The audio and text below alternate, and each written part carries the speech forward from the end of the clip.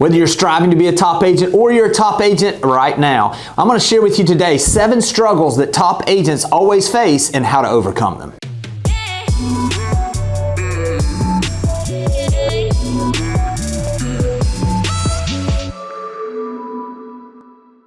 You know, being the best in the best is not always easy. If it was easy, everybody would do it. So today what I want to do is I really want to focus in on some things that I see that top agents struggle with and how to overcome those. Listen, whether you're a top agent already or whether you're striving to become one, these are things that if you're aware of these things and you understand them in the beginning, they're going to give you a lot more opportunity for you to be able to overcome them once they come in to your business. So I'm going to start with this. The first thing that top agents struggle with is contentment. Contentment means that you're absolutely satisfied with where you are, but there's a healthy discontent that underlies every single top producer. They're at a place where they understand that where they are is not where they're headed. They're always looking for next. And so by doing that and by focusing on next, they don't have the opportunity really to go out there and to enjoy where they are, to be able to celebrate some of the things. So what I want to do is I want to give you a couple things to do to make sure that you keep that healthy discontent, but you also are content in the moment where you are right now. Contentment really comes from a place of having gratitude for everything that you have in your life right now. So let me start with some practical things. Number one is write a thank you note to your past clients. Write a thank you note to those people that have referred business to you. Also, write a thank you note to maybe someone that has helped you in the past. Maybe it was a coach, maybe it was a teacher, maybe it was someone that encouraged you to get into the real estate business, whoever that was. Take the time to write out exactly how much you appreciate them. When you begin to appreciate other people, you begin to appreciate the situation you're in, and you're actually coming from a place where you're open to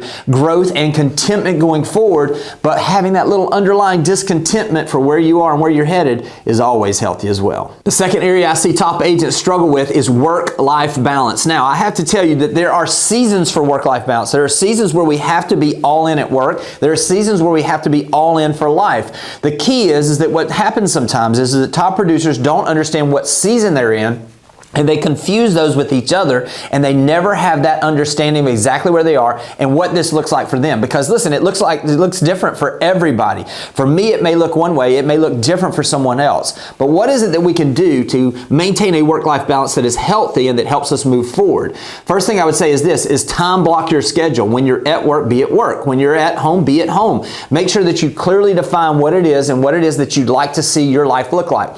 The more we have a clear understanding of exactly what we want our business and our life to look like, the easier it is to find the balance that we're looking for to be able to make sure that those are a reality. The second thing I would suggest is to have some time set aside for a date night or a night out with friends every single week. Something that you're looking forward to, something that is going to be exciting, something where you step back and you're not just a realtor, but you're a friend. You're not just a realtor, but you're a spouse. You're not just a realtor, but you're a parent. What is it that you can do to set time and block that time every single week where that you have that balance in your personal life as well? The last thing I would say in this area is to have something you're looking forward to. For me, I always like to have trips that I'm looking forward to. I have the opportunity, I'm getting ready to go to Hawaii in 2 weeks to speak, and actually I'm going to take my daughters with me. I'm supposed to speak in Montana in about 2 months. My son's going to go with me, and they're going to set us up to be able to go fishing and to be able to go hunting with my son and have an experience with my son. I'm setting up a time for the end of the year where we're just going to have a weekend away, just me and my wife. I've got these things that I'm looking forward to in my future, which gives me the ability to find that work-life balance that I'm looking for. The third area I see top agents struggle with is putting themselves first. We are in the business where we want to say yes to everyone, and most top producers are trying to please their clients in a way that they put themselves second, and by doing so, it absolutely helps their business grow. But there does come a time where you have to put yourself first. You have to understand that that balance we were just talking about has to come from a place where you're at a place where you're able to pour out of a full bucket. In other words, you filled yourself up so much that out of that overflow, you're able to say yes and to support those that you've been given the opportunity to serve. So what does this look like for you? Here's a couple practical steps for how to find that ability to put yourself first. The first thing is to ask yourself, what is it that you haven't done in a while that you love doing? What is it that you can do to put yourself first by going out and doing some of the things outside of work that you love doing? Also, what is it that you can do to set some time aside, like we talked about before, to have a date night, to have some time with friends? What is it that you can do to make sure that mental health-wise you're putting yourself first? Last but not least, if you're a top producer, identify those areas of your business that you don't enjoy doing and hire an assistant, hire a buyer's agent, or find a younger agent that you can pass off some of your buyers to that you'll do a 50-50 split with. Whatever it is, when you put yourself first, you're absolutely going to be able to serve the people you've been blessed to be able to serve at a higher level. The next area I see top agents struggle with is giving grace to new, unprofessional, in a lot of cases, agents. So there are a lot of new agents in this business. The threshold to get into this business is very low. And the problem is when you're a top producer and you treat your business like a business, it's difficult to deal with some of the agents that don't do the same in their business. So what can we do as top producers to give grace to some of those younger agents? Understand somebody did it for us. So here's a couple things that people did for me that I would encourage you to do for others. Number one, recognize young hustlers. Recognize people that are newer to the business that are doing their best they can to learn the business. Send them a thank you note. Send them an encouraging note. Also, the second thing is that somebody probably took some time to spend with you to share with you what it is they wish they would have known when they started in the business.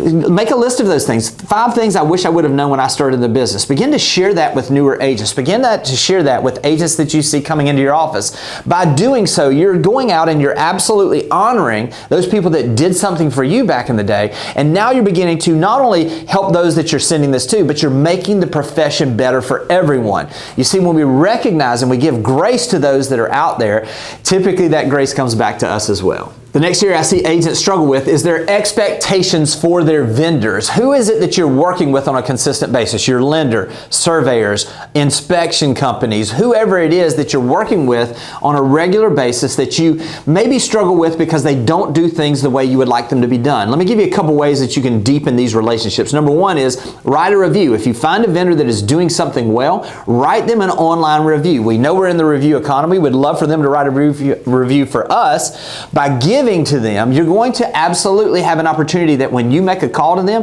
they're going to remember that and they're going to treat you differently. The second thing you can do is to recommend them to another agent. In other words, give them a glowing review online, but also introduce them to another agent that can help them build their business. By helping them build their business, they're going to pay more attention and they're going to be more open to the third step, which is for you to absolutely write out what your expectations are. The time and amount of time you expect to be a return call to happen. The time frame you need them to produce whatever it is that they're going to be doing as a part of this transaction. The understanding of the communication that you expect from them. By setting the tone up front, by giving first and then letting them know what your expectations are, you'll absolutely have the opportunity to build deeper and better relationships that will lead to better transactions, smoother transactions, and more relationships for you with your clients. The next area where most top producers struggle is they're overly competitive. Now, listen, this is something I'm preaching to the choir right here. I'm one of the most competitive people that you will ever meet. Here's what I found is that the best way to control and to manage your competitiveness is to focus it in areas that you can control. So the first thing is control and focus on being competitive with yourself on the controllables. I was competitive where I wanted to make sure that I was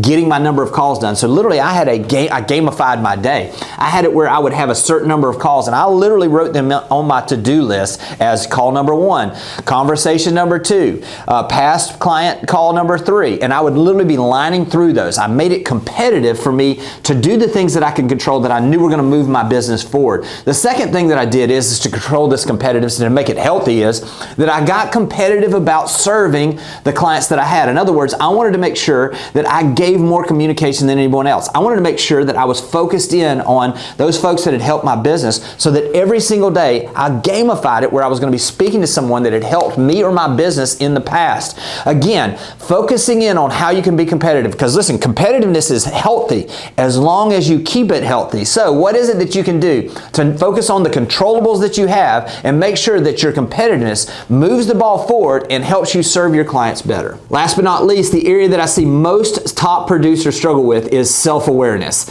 Being self-aware to understand of where you are in your life, we've talked about all these other areas, but this is the one that really breaks it all down. Are you self-aware when you're overly competitive? Are you self-aware when you're not putting yourself first? Are you self-aware to understand that maybe you're in a place where you're focusing on the wrong things? You see, there's a couple things we can do to become more self-aware of our business. Number one is this: add some layer of accountability. Do you have some people around you? This is the way I was taught by a pastor that I know and a good friend of mine. He said it this way. He said that I want to have certain people in my life that know me, K-N-O-W me, well enough to know me, N-O me. Do you have people that will tell you when you get things out of balance? Do you have people that you trust that when they tell you something, they're not just being critical of you, they're coming from a place of love where they want to see the best for you?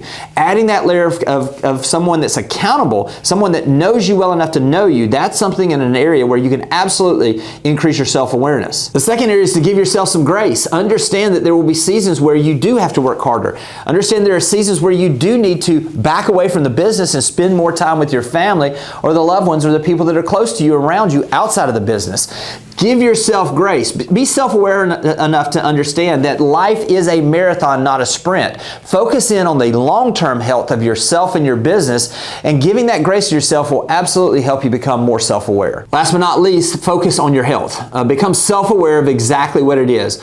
Without being healthy physically and mentally, you cannot serve the people that you're supposed to serve at the highest level. Should you go out and try to lose a little extra weight this year? Should you be focused on your mental health and providing a little time for you to grow yourself mentally, to spend more time with the people that are important? Understanding and being self-aware of your mental and your physical health is the key to being all that you're created to be. So what is it that you're doing to add that accountability in, to focus in on making sure that you're the healthiest you can be, and by focusing in a way that's going to help you serve others better? When you become self-aware, you're absolutely going to see every area of your life become better. Life and business aren't always easy, but when we surround ourselves with the right people, when we focus in on the right things, our business and our life in general becomes way better. I hope this has been helpful, and I'll talk to you soon. Thanks for watching the video. I specifically chose the video below for you because it builds on the one you just watched. I hope it's helpful, and I'll talk to you soon.